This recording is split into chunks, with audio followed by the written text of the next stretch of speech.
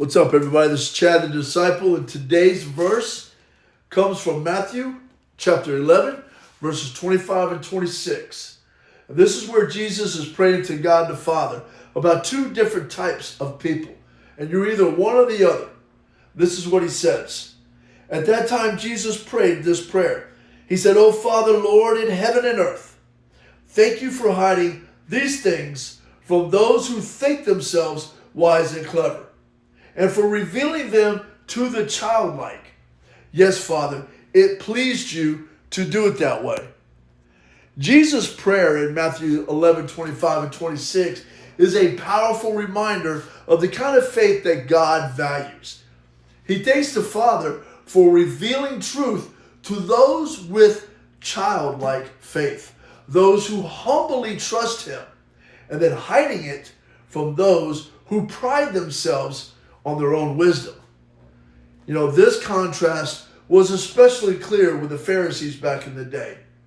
They demanded proof, always asking Jesus for yet more signs. Yet they couldn't even see the truth of God standing in front of them. In the same way, in Luke 16, where Jesus tells the story of the rich man and Lazarus. The rich man in hell begs Abraham to send Lazarus back from the dead to warn his brothers. If they don't listen to Moses and the prophets, they won't be convinced even if someone rises from the dead. And isn't that what happened? Jesus did rise from the dead, and still many refuse to believe. Not because there's no evidence, but because of their hardened hearts and their pride. And look at today's world. So many dismiss faith as irrational or outdated, priding themselves on intellect and reason.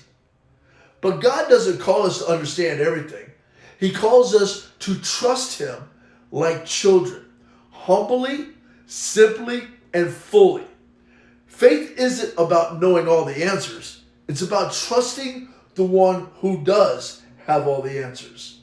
Now think about this. If we truly believed that Jesus rose from the dead and guarantees us eternal life, how much differently would we live?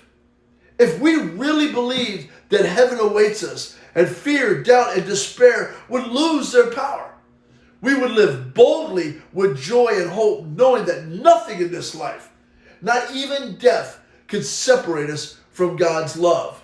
This is the kind of faith that God calls us to. So let's trust in Him and have the childlike faith that we need to enter the kingdom of heaven.